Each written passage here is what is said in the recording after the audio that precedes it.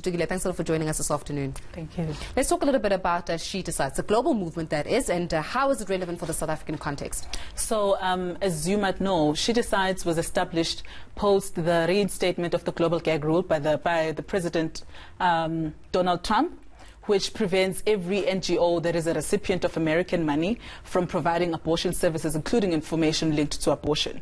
So a number of people from across the globe saw that as a violation to women's right to decide, to bodily autonomy, basically. So having She Decides as South Africa is one of the most phenomenal things to have, especially seeing that we're seeing a lot of violence against women. A lot of people, or a lot, society, laws, a number of things are policing women's lives and women's bodies, and women are unable to decide what they want to do with their bodies. So on Saturday, we managed to launch the movement, which is a global movement, and there have been a couple of launches all over the world and within the region as well, especially since this region, the SADC region, has the highest HIV rates, which are also linked to gender-based violence. And this violation, the highest HIV incident rates are also seen amongst young women themselves. So, I mean, it obviously goes into a whole lot of issues around socioeconomic issues, the issues around patriarchy in itself. Have you received any pushback? Because once you have a movement that decides or says that women have got an ability or the right to decide on what they do with themselves, their bodies, it brings in issues around, you know, abortion, and how is it that that's being received by community members, particularly in, one would say, a conservative southern constituency? Of course, we have seen such. However, in South Africa, it's still fairly new.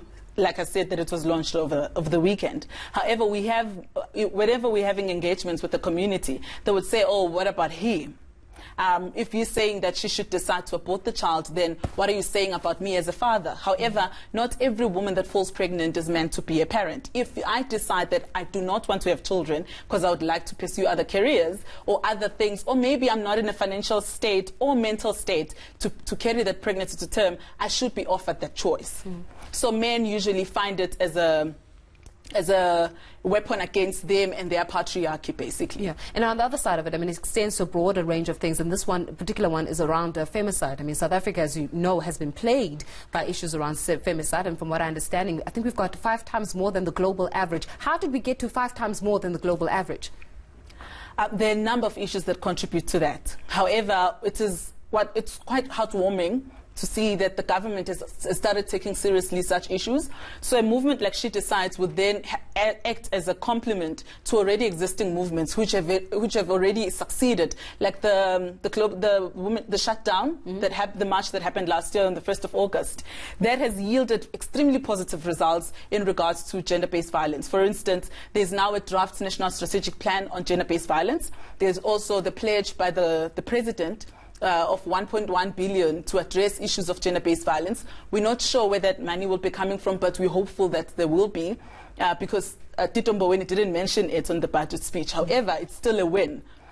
And also the interim structure that has been developed as well to also monitor the implementation of such is also a great win. So She Decides is born within this already fertile environment that is already working or moving towards addressing such issues as well. Okay, so let's speak about it from a layman's terms now. Let's bring it to practicality, because it's wonderful to speak about it from a policy perspective and what you're doing. Let's say that I'm a 19-year-old girl and I've just realized that I'm pregnant. I've got dumped by the boyfriend. I've got family pressures. I feel as though I'm under pressure. How does She Decide intervene now in my situation? How do we make it that relevant and that practical for an individual who's going through something? So paint the picture of the 19-year-old and they've going through this. Where do you guys intervene, and how far do you even intervene?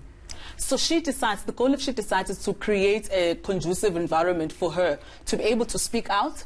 And also, one of the 3 pillars of She Decides are that you have to speak out, stand up and speak out. Number 2 is unlock resources. For instance, in South Africa, we have a lot of beautiful policies, especially when it comes to sexual and reproductive health and rights. So a woman of any age is allowed to have an abortion, should they decide. However, that is not communicated on the ground. So you find that 19-year-old, that is not even aware that she has the right to abort if she cannot carry the pregnancy to term based on whatever circumstances that she's facing.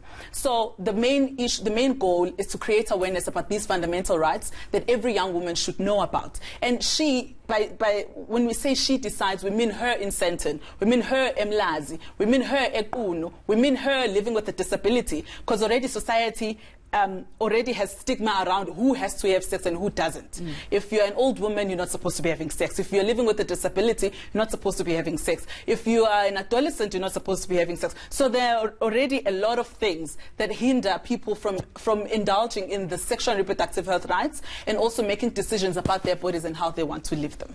Particularly very impassioned, I can definitely tell for that. But that is, one would say, that a very relevant initiative that has been started globally, but now has got feet in the South African context, and hopefully that we're speaking now to the 19-year-old girl who feels as though there is no awareness and there's nowhere to go, that there are such institutions where she can turn to and that will be able to help her. We're going to leave it there for this afternoon, but thanks a lot for joining us and shedding some light. In terms of She Decides, there you have it. She Decides there, giving us an initiative that broadens your scope in terms of knowing your rights.